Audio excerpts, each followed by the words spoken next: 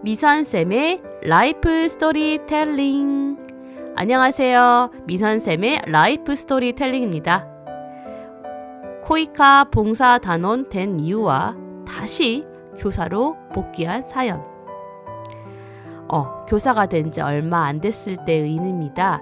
버스를 타고 가는데 웬 청년들이 갑자기 버스 안으로 들어왔습니다. 자신들은 국제협력단 봉사단원인데 선발이 되어서 자신감을 얻기 위해서 낯선 사람들 앞에서 자기소개를 하겠다는 겁니다. 이들은 해외에서 한국의 이름을 잘 알리고 봉사를 열심히 하고 오겠다라고 하면서 자신들의 포부를 밝히고는요, 얼마 후에 다른 정거장에서 내렸습니다. 이때 저는 처음으로 국제협력단이라는 그런 단체가 있나 보다라고 알게 되었죠. 나중에 알고 보니까 우리나라가 OECD 국가이죠. OECD 국가이면 의무적으로 공적 개발 원조를 해야 한대요. 다른 가난한 나라나 도움이 필요한 나라에게 많은 도움을 줘야 되는데 저희 나라도 외교통상부 산하 기관인 한국국제협력단 코리아 인터내셔널 코퍼레이션 에이전시의 약자로 KOICA라고 해요. 코이카라고 합니다. 이런 단체를 통해서 원조 활동을 하고 있다고 하더라고요. 자, 그리고 그 일 이후에 시간이 지나서 2004년 대학원 마지막 학기를 둔 시점이었어요. 저는 논문을 써야 되는데 주제도 잡지도 못하고 여러 가지 일로 분주해가지고 논문을 쓸 여력이 없었어요.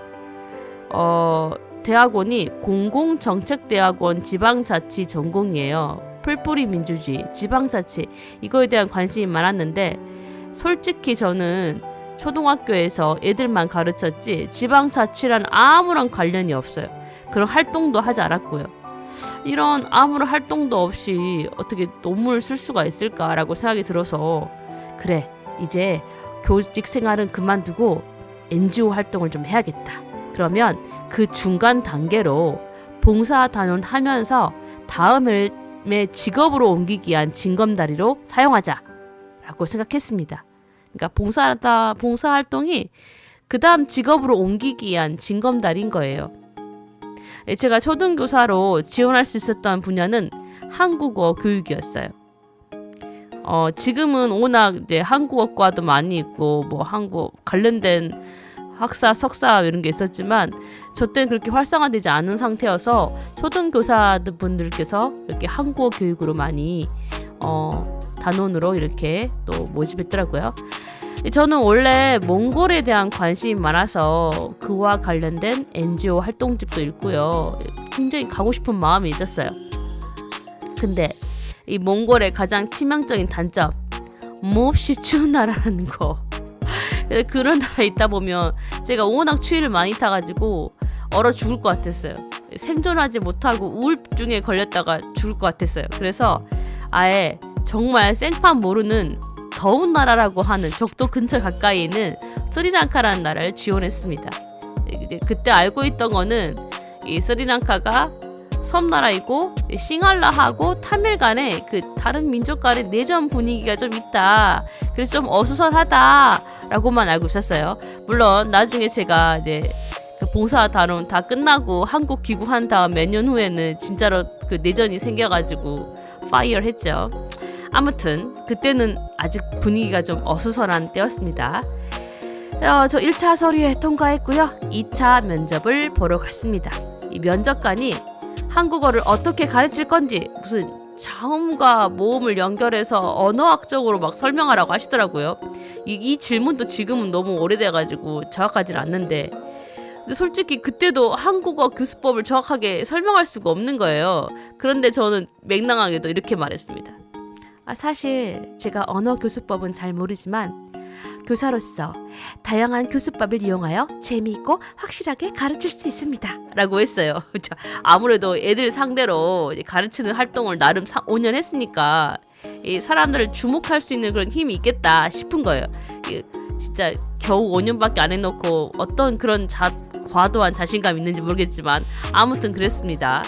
그래서 저의 의지를 보시고 이 면접관님들께서 특별히 제가 사고 칠 것처럼 안 보이게 생겼잖아요. 그래가지고 저를 봉사단원으로 합격시켜 주셨습니다. 자, 그리고 약 2주간의 국내 합동훈련을 시작했습니다. 이때 모든 기수 단원들과 함께 합숙했는데요. 저는 이때 이 훈련 기간 동안에 굉장히 멋진 청년들과 스펙과 다양한 경험이 있는 많은 분들을 만나게 됐어요. 이게 저는 항상 5년 동안 교사 집단만 있었잖아요. 그리고 그전 이야기도 아시다시피 대학교도 그냥 교대만 있었고 기독교 동아리만 있었고 그 전에는 그냥 시골에 살고 있었고 이래서 이렇게 다양한 배경을 가진 사람들 만나는 게 처음이었거든요. 특히 이제 많은 단원들 중에서 기억에 남는 단원은 그 신혼 부부였는데 둘이 부부교사였어요. 초등 부부교사. 근데 그 남편분께서 예전에 암에 걸렸었대요. 지금은 뭐 다 나았지만 조금 조심히 추후를 좀 기다리고 있는 상황인데 부부가 오히려 한국에서 이렇게 조심스럽게 몸 관리하면 되는데 그러지 않고 두 분이 봉사하러 가시는 거예요. 정말 그분들의 그 도전과 용기가 대단하다라고 느꼈어요. 그래서 아직도 그 두 부부가 굉장히 기억나요. 얼굴도 기억나요. 그럴 정도로 굉장히 각인된 분이었습니다. 제가 그때는 전체 기수 여자 대표를 하고 있었거든요. 이때만 해도 무슨 감투를 쓰는 거는 당연하게 생각했어요. 사람들이 좀 많이 앞에서 나서는 걸 좀 꺼려하기도 하잖아요. 그래서 저는 내가 해야 하는구나, 무슨 의무감처럼 제가 해야 되겠군요 라고 생각을 했어요. 근데 지금요? 지금 저보고 앞에 나서서 뭘 하러 간다면 감투 싫어요. 지금은 에너지가 그냥 내 할 일 하고 애들 가르치고 내 자녀 키우고 가끔씩 이렇게 수다 떨면서 에너지나 제 생각을 좀 정리하고 공감받고 싶은 이 정도는 있지만 뭔가 감투를 쓰라고 하면 또 힘들어질 것 같아요. 아무튼 지금은 그렇습니다. 자, 그때 그래서 그 여자 대표로서 회의도 진행하고 뭐 회의하면서 의견도 받고 뭐 여러 가지 있죠. 그리고 또 제 교사 기질을 발휘해서 전체 대상으로 한 레크레이션도 또 진행도 해봤습니다. 진짜 재밌는 시간이었어요. 지금 생각해봐도 이건 어린이 대상으로 했던 그 협동 활동 게임 레크레이션이었는데 되게 어른들도 어린이들처럼 되게 즐겁게 참여하시더라고요. 역시 사람은 동심 세계에 있을 때 참 행복해하는 것 같아요. 자, 이렇게 오랫동안 다른 단원들과 함께 활동했는데요. 사실 이제 멋진 사람도 참 많지만요. 이제 알잖아요. 그 어떤 단체나 또 단체에 가면 한두 명씩 튀는 분들이 있고 독특한 분들 계시잖아요. 저도 이제 사실 아까도 말했지만 뭐 대학생활 내내 뭐 기독교 종교 동아리를 해왔고 교직생활 5년 동안에는 굉장히 점잖고 배려를 많이 해주시는 선배님들 사이에 있었기 때문에 제가 굉장히 안정감을 느끼고 당당하게 교사 생활을 하고 왔거든요. 그러니까 아무래도 세상에 많은 풍파나 악한 바람으로부터는 좀 차단된 안전한 곳에 있었던 사람이란 말이에요. 근데 여기를 왔더니 아까도 긍정적으로 표현하면 굉장히 다양한 배경과 전공을 가진 사람들이 있긴 하지만 또 한편으로는 그 다양한 사람들 중에서도 굉장히 자기 주장이 강한 분도 있고 또 남과도 잘 어울리지 않는 분도 있고요. 또 뒷담화 하시는 분도 당연히 있고요. 여러분들 여러 다양한 사람들이 있더라고요.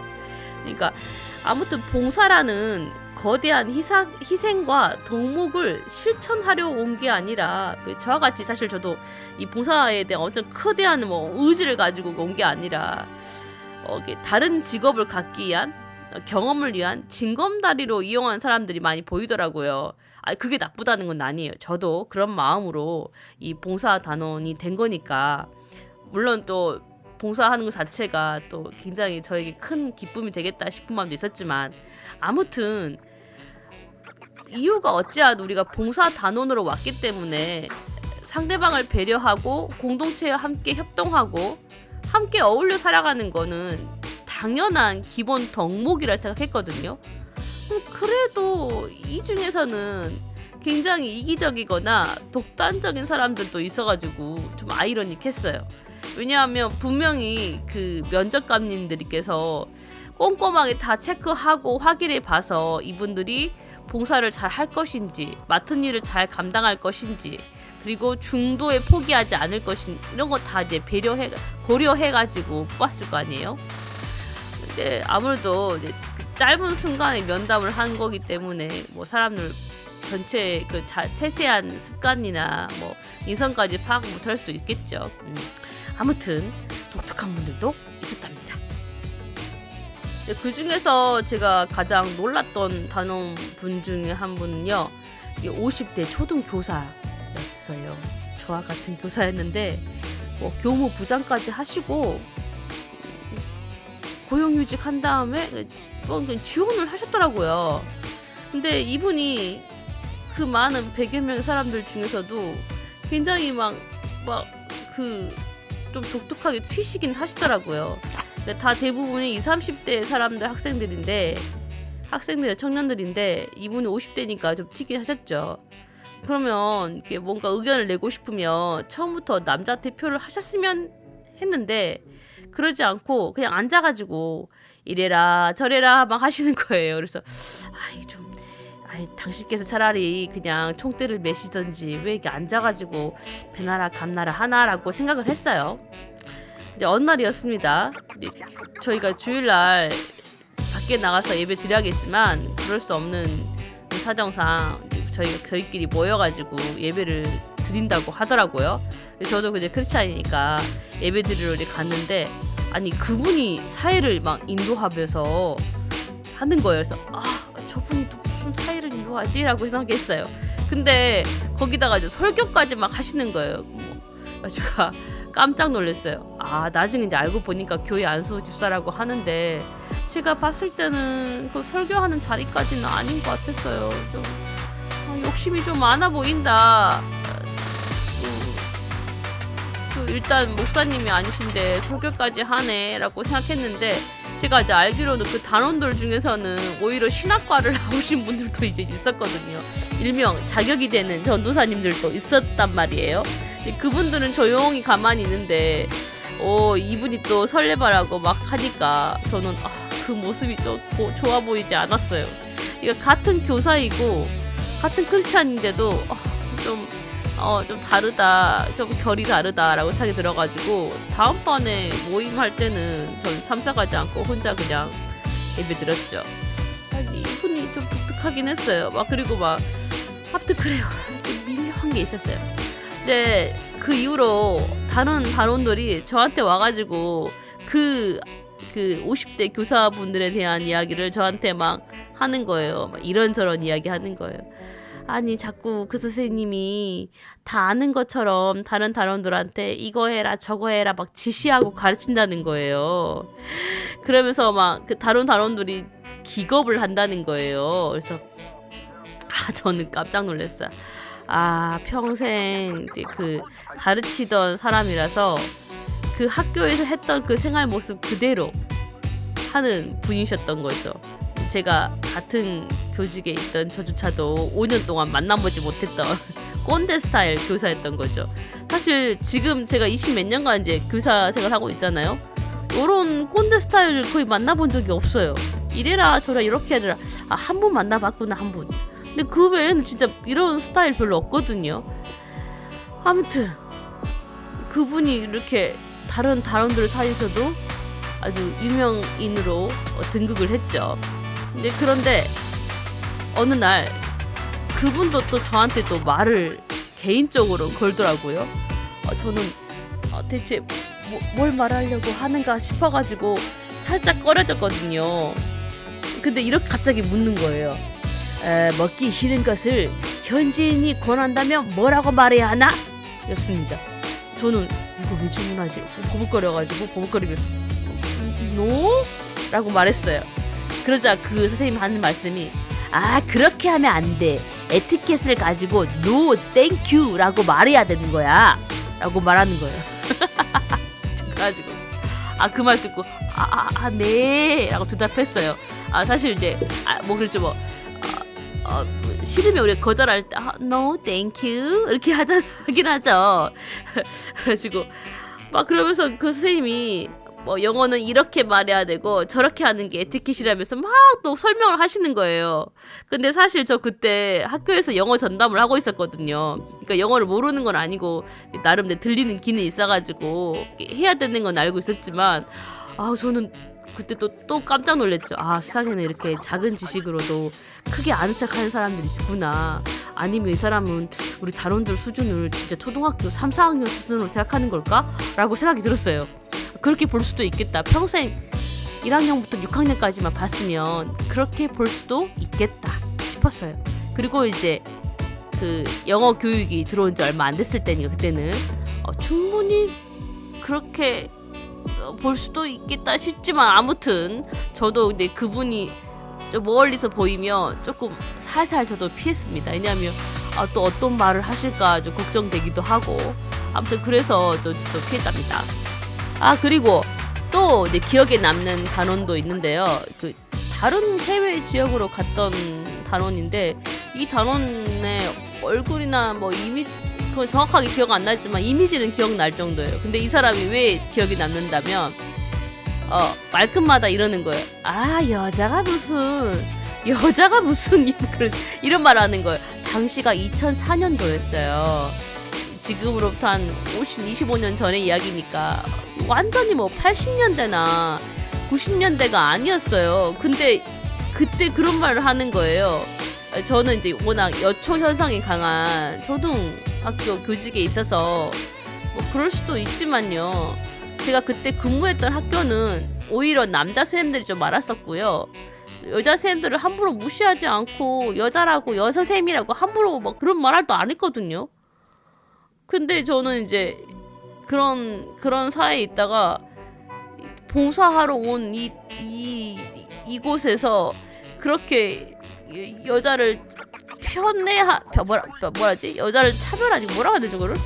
굉장히 그 편견을 갖고 있는 이 남자 이분을 보고 깜짝 놀란 거예요. 근데 그러다가 이 남자 단원이 결국에는 하지 말아야 할 말을 하더라고요. 남녀가 섞어가지고 사실 남자분 여자분이나 축구 실력이 어떻게 같겠습니까? 다르죠. 하지만 일부러 친선을 위해서 여자는 여자가 막고 남자는 남자가 막을 수 있는 태클을 걸 수 있는 이렇게 해놓고 이제 방어 수비 이렇게 하면서 하는 건데 여자 단원이 막 달려오니까 상대편의 여자 단원이 이게 입을 막아야 되는데 안 막은 거예요. 못 막잖아요. 막 열심히 달려오니까 그분이 결국은 이제 슛고링을 했어요. 그랬더니 이분이 하는 말이 막 그러는 거야. 여자가 억세가지고 말이야 이런 말을 하는 거예요. 와 세상에 이런 말을 하는 사람이 있구나. 저는 그 전까지 뭐 여자라고 차별받지 않았던 사람이라 그 젊은 청년이 굉장히 인상이 깊었어요. 경상도 사람이었어요. 지금도 그렇게 말하고 다니진 않겠죠? 시대가 어느 때인데 그러진 않겠지만 그때는 좀 제가 이런 사람도 있고 지역색에 따라서 조금 그렇게 볼 수도 있겠구나 라고 생각했지만 아무튼 저한테는 굉장히 기억에 남는 분 중에 한 명이었습니다. 자 그리고요 마침내 제가 스리랑카로 임명받았습니다. 아까 말한 대로 징검다리를 이용하기 위해서 교직을 떠나버리라 하고 이제 봉사 단원으로서 열심히 살면서 뭔가 뭐 NGO 활동을 할 만한 것들을 생각해보리라 라고 생각하고 이제 열심히 이제 활동을 시작했죠. 스리랑카 갔더니 저희보다 먼저 온 선배 기수님들 또 나중에 온 후배 기수들까지 많은 청년들과 단원들이 그냥 함께 으쌰으쌰 복작복작 하면서 지냈어요.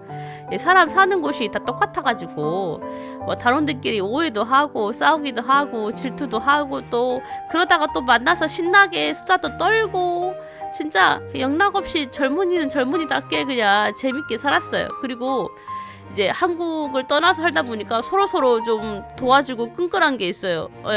그리고 여자 단원들은 혼자 어디 시내를 가거나 그럴 때는 웬만하면 혼자 다니지 않게 남자 단원들이 2명씩 짝을 지어줬어요. 혹시나 또 안 좋은 일이 생길까봐 이런 식으로 이제 서로 도와주고 으쌰으쌰 챙겨주는 그런 분위기였어요. 네, 아주 좋죠. 근데 저한테 조금 좋지 않았던 점은 한 가지 있었어요. 이게 뭐라면 저는 사실 이제 뭐 규칙 준수하는 게 어렵지 않거든요. 학교 조직에서 근무하다가 봉사지로 오니까 뭐뭐 해야 한다, 무슨 규칙이 있다 그러면 잘 따랐어요. 특히 이제 근무 시간 9시 출근 4시 퇴근 같은 그런 거는 당연히 지켜야 되고요. 특별 휴가 신청도 좀 물론 해서 쉬기도 하고 여행도 갔다 오긴 했지만 그 외에는 열심히 시간 지키고 봉사하고, 또 제가 이제 해외 고용국에서 일했는데 거기 이제 노동자들이 한국으로 가기 전에 한국 시험을 봐야 되거든요. 그거 열심히 잘 볼 수 있도록 공부 도와주는 거예요. 네, 그런데 이 노동자 오라는 이 시험 오라는 사람들이 센터라고 시골에 짱 박혀있는 센터가 있어요. 거기서 합숙훈련해요. 한 달간. 한 달 내내 막 한국어 공부하고 한글 배우고 막 그러는데 제가 거기에 한 일주일 정도 센터에 가가지고 이제 가르쳤습니다. 이제 함께 이제 근무하던 여자 단원들도 센터에 봉사하러 가긴 했는데 제가 제일 많이 갔어요. 사실 이제 뭐 그렇다고 해서 뭐 나보다 적게 간 그 단원들 불만이야, 그건 아니었어요. 왜냐하면 사실 센터 가는 게 쉽진 않아요. 예, 제가 이제 특공무술을 배웠다고 그랬잖아요. 그런 뭐 대담함이나 담대함, 그리고 이제 목적이 내가 열심히 봉사활동하고 NGO 활동도 해보고 여러 가지 삶의 현장으로 가야 된다, 함께 살아야 된다, 이런 거에 대한 그런 사명감이 있어가지고 사실 센터에 가면 100여 명이 다 남자예요. 다 진짜 떠국머린 남자들만 있는데 저만 여자거든요. 그것도 저만 한국인이고.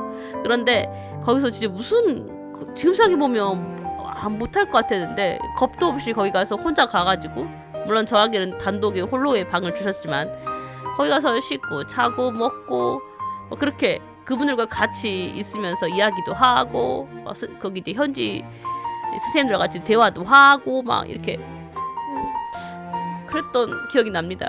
갑자기 이제 기억이 새록새록하네요. 그때 참 자신감이 넘쳤던 단원이었네요, 생각해보니까. 아무튼 저는 이제 열심히 했습니다.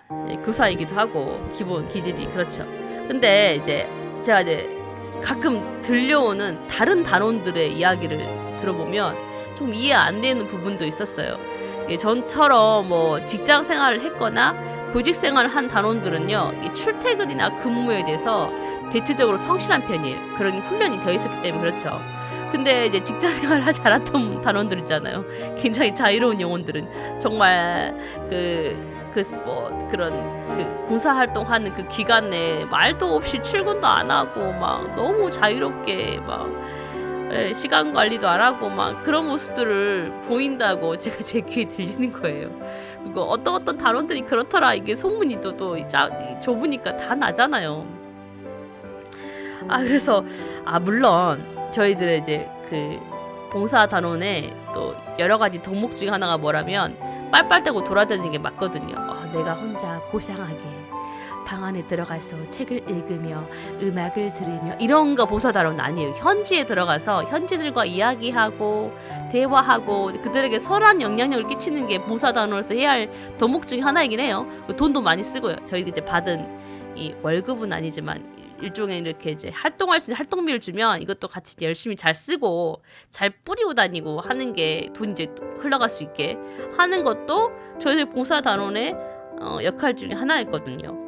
물론 그래서 자유로운 것도 좋지만 너무 시간을 안 지켜서 조금 한국인의 얼굴에 먹칠을 하는 게 아닌가 싶은 거예요. 한국인의 큰 특징이 성실함인데 이분들은 성실하지 않는 모습들을 이 스리랑카 사람들한테 보여주는 것 같아가지고 좀 제가 오히려 좀 창피하더라고요. 근데 제가 또 이걸 통해서 하나 느낀 게 있었어요. 그거는 바로요. 내가 속으로는 그 자유와 여유를 원하고 간섭받지 않는 걸 좋아한다고 생각했어요. 제 마음속으로는. 근데 실제로도 그렇습니다. 실제로도 누가 제 일에 터치를 하면 그렇게 좋아하지는 않아요. 저도 저만의 그 길과 방식이 있긴 하거든요.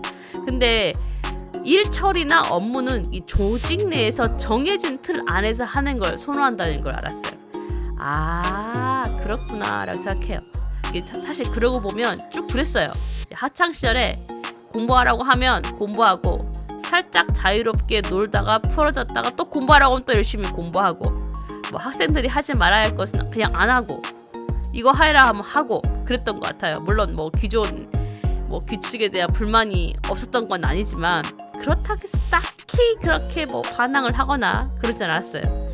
하하, 나는 진짜 이 교직 생활에 좀 맞구나, 이 정해진 틀에서 활동하는 게 맞구나라고 제가 느꼈어요. 아, 그렇구나라고 생각이 들었어요. 그래서 내가 만약에 물론 자유로운 활동에서 하는 게 좋겠지만 일단 내가 교사로서 어떤 정해진 규칙과 조직 안에서 나의 실력을 하나씩 키워갈 필요가 있겠구나라고 봉사하면서 애국에 있으면서 더 많이 느끼게 되는 것 같았어요. 그리고 두 번째로는 제가 좀 다시 봉사단원에서 또 교사로서 다시 돌아오게 된 계기가 있는데요. 진짜 큰 계기였어요. 예, 제가 이제 뭐 초등학교에서 5년 동안 가르칠 때 뭐 가르치는 맛이 재미없었거나 그러진 않았어요. 근데 그 짧은 5년 안에서도 별별일 다 했고 말 안 듣는 녀석도 분명히 있었고 뭐 저는 여차하면 다른 뭐 교사를 그만두고 싶은 마음이 좀 강해서 더 그랬는지 모르겠지만 아무튼 그렇게 막 교사 사람들은 어렵게 뭐 임용고시하고 직장생활 구하기 쉽지 않을 텐데 막 그러면 사람들은 왜 이걸 그만두려고 하냐 하지만 저는 나는 이 정도는 그만둘 수 있어. 뭐 나는 능력이 있고 나는 무엇이든 잘할 수 있으니 잘하니까 나는 쉽게 직장도 구할 수 있을 거야. 나는 능력자이기도 하고 내 뒤에는 하나님이 계시잖아. 난 다 잘 될 거야. 난 럭키 세븐이니까 막 이렇게 생각했던 거죠. 근데 제가 그 해외에서 생활하면서 진짜 그 예상치 못한 많은 일들과 예상치 못한 많은 갈등과 예상치 못한 나의 찌질함과 예상치 못한 나의 부족함과 정말 나중에 스리랑카에 있었던 일 이야기 또 많이 하면 막 이야기가 술술술 이야기 보따리가 나올 건데 정말 제가 완벽하지 않은 알고 있었지만 진짜 찌질하다는 것을 절실하게 느꼈거든요. 그래서 내가 잘나서 다른 직장을 가거나 다른 도전적인 일을 하는 것은 어려울 수 있겠다 라고 결론을 내렸어요. 나는 학교라는 안정적인 이런 조직에서 아이들에게 밝고 건강하게 옳은 것을 그리고 지혜를 전달하는 게 좋겠다 라고 결론을 지었죠. 네. 그리고요 또 하나인데 이건 진짜 아까 말했지만 아까는 건방지게도 건방떨게도 난 다른 직장도 구할 수 있어. 다른 NGO 활동도 할 수 있지 뭐 이렇게 했던 이 건방짐이 또 무너지게 된 게 뭐라면 진짜 가르치는 맛을 하게 된 거예요. 진짜로. 네. 그러니까 뭐 그 당시에도 재민이란 용어가 나올 정도로 애들이 워낙 재민이들 막 나오고 막 그러잖아요. 공부도 안 하려고 하고. 근데 제가 이제 한국어를 가르쳤던 이분들은 한국어를 열심히 해서 시험을 합격해서 한국에서 일을 해야지 많은 돈을 벌 수가 있단 말이에요. 그러니까 그래야 자신들이 이런 가난의 수렁텅이에서 빠져나올 수 있는 큰 방법이 될 큰 계기가 한국에 가야 되는데 한국에 가기 전에가 무조건 한국어를 열심히 공부해야 되는 거잖아요. 시험을 잘 받으니까 정말 열심히 하는 거예요. 저는 그분들의 그 눈의 그 열정과 그런 것도 보면서 정말 그렇구나. 하나를 가르치면 더 열심히 하려고 하고 더 잘하려고 하고 이럴 때 제가 굉장히 감사했어요. 그러니까 확실히 저와 교사가 맞는 것 같아요. 제가 가르칠 때마다 사람들이 이걸 잘 받아들이고 쏙쏙쏙 이해할 때마다 그 희열감을 느낀다니까요. 알게 됐다. 뭐 이런 희열감. 가르치는 맛도 있고요. 이 가르치는 걸 잘 흡수하는 그분들을 봤을 때 이 보람도 보람차고 뿌듯합니다. 그래서 그런 맛이 있었고 또 하나는 제가 그냥 그냥 한국인이고 한국어를 가르치는 교사인데 진짜 제가 뭐라고 그렇게 고마워하고 인사해주고 그런 거에 대해서 너무 감사하는 마음이 들었어요. 예. 아, 잘 가르쳐야겠다. 잘해야겠다. 그런 마음이 든 거예요. 그러니까 건방 떨었던 제 마음이 사람 때문에 더 겸손하게 된다 할까요? 그렇게 되었습니다. 네. 그리고 이제 실제로 이제 아까도 말했지만 그 면접할 때 되게 어떻게 가르칠지도 모르는 상태에서 이제 가르치게 됐는데, 가르치는 방법을 나중에 이제 책 보고 공부하면서 열심히 가르쳤는데, 제가 이제 어떻게 가르쳐야 될지 발음이나 문법 이런 것들도 더 열심히 공부해서 잘 가르쳤답니다. 네. 그래서 사실 교직 생활이 아닌 자유로운 조직에서의 생활을 꿈꿨던 저는 오히려 스리랑카의 해외 고용국에서 그 한국어 교육을 하는 봉사자로 활동하면서 오히려 저의 정체성과 기질을 정확하게 알게 되었어요. 나는 규칙적인 생활과 조직석에서 활동하는 게 맞다. 그리고 학생들이 성장하고 변하는 과정을 보고 희열을 느끼는구나. 그리고 이제 가르치면서 저도 역시 어떻게 한국어에 대한 것을 알게 됐잖아요. 더 가르치는 방법들을. 나도 배우게 되면서 이 놀라운 진리를 알게 됐죠. 잘 가르치고 잘 배운다. 네. 가르치면서 배우는 게 교사거든요. 그래서요, 결론? 한국으로 돌아와서는요, 딴 길로 가지 않고 다시 그대로 복직해서 그 이후로는 더 열내서 학생들을 가르쳤다고 합니다. 그리고 지금 한 25년 넘게 이렇게 교직 생활을 하고 있답니다. 이렇게 해서 제가 이제 오늘의 이야기를 또 장황하게 해보았습니다. 30분 넘게 열심히 떠들었네요. 내가 이야기를 하다 보면 항상 그때도 말했지만 대본에 있는 거 그대로 읽다가 갑자기 또 이렇게 생각나는 말들이 있어가지고 또 이렇게 말하는데, 말하다 보면 발음이 꼬이고 막 그러거든요. 근데 저는 2번, 3번 녹음 안 하려고요. 왜냐하면 첫 텐션이 그 첫 마음이더라고요. 그래서 그냥 제 발음이 세더라도 이해해 주시고요. 이 기분 이대로 녹음 마치도록 하겠습니다. 자, 오늘도 저의 이야기를 들어주셔서 감사합니다. 다음에 또 만나요. 고마워요. 바이.